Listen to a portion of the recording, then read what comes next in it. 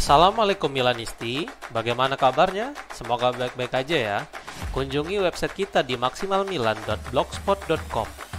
Jangan lupa subscribe dan nyalakan lonceng notifikasi untuk terus mendapatkan berita terbaru seputar AC Milan, khusus Milanisti.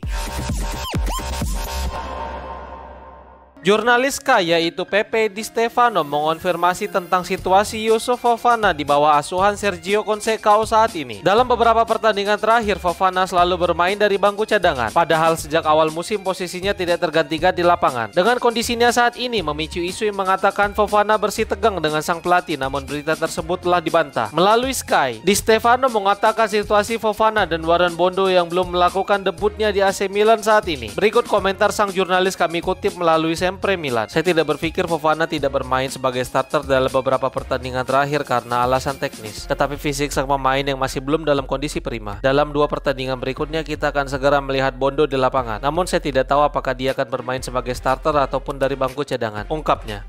Edon Zegrova telah mengumumkan bahwa dirinya ingin hengkang dan tidak akan memperpanjang kontraknya di Lille. AC Milan pun sepertinya tertarik menjadi pelabuhan berikutnya sang pemain. Edon pindah ke Lille pada musim panas 2021 dari Basel dengan biaya sebesar 7 juta euro. Tetapi sekarang nilai pasarnya terus meningkat setelah dirinya menampilkan penampilan yang luar biasa sejauh ini. Jika Edon pergi, maka Lille akan kehilangan 2 striker utamanya setelah Jonathan David juga akan pergi pada musim panas nanti dengan status bebas transfer. Calciomercato.com melaporkan bahwa Edon membuat pernyataan kepada Radio Ducatini di Kosovo. Berikut pernyataan sang pemain. Memang benar saya telah berkomunikasi dengan klub bahwa saya tidak akan memperbarui kontrak saya. Kita akan melihat apa yang akan terjadi pada musim panas. Tetapi klub telah diberitahu tentang keinginan saya. Ada beberapa klub yang tertarik. Saya akan memutuskan masa depan saya setelah akhir musim Ligue 1, ungkap sang pemain.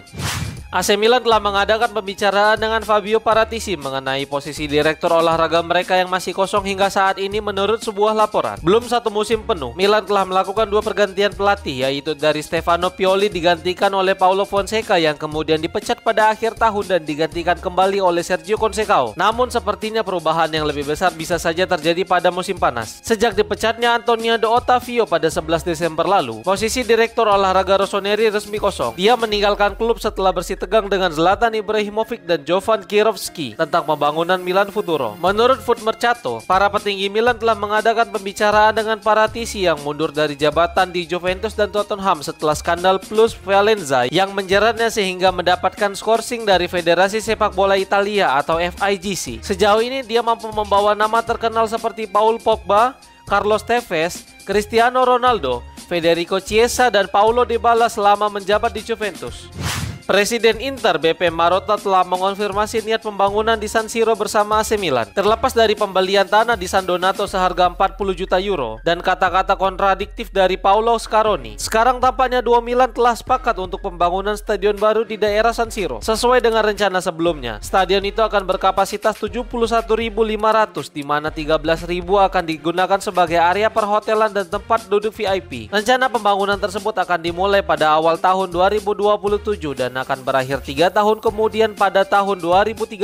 San Siro sendiri akan dibongkar, namun sebagian dari bangunan akan dipertahankan seperti tempatnya dari kurva sud. Marotta berbicara tentang proyek stadion tersebut dan berikut komentarnya disampaikan melalui Milan Press. Stadion baru adalah tantangan yang sangat besar. Kesenjangan pendapatan yang dihasilkan oleh stadion antara kami dan pesaing internasional merupakan beban yang harus disingkirkan sesegera mungkin. Kami berada di jalur yang benar dan kami percaya bahwa proses untuk Milan dan Inter memiliki stadion bersama-sama akan segera selesai sesuai waktu yang ditentukan. Penawaran terkait akuisisi area San Siro akan segera dibuat. Ini adalah salah satu tujuan utama pemilik kami, ungkapnya.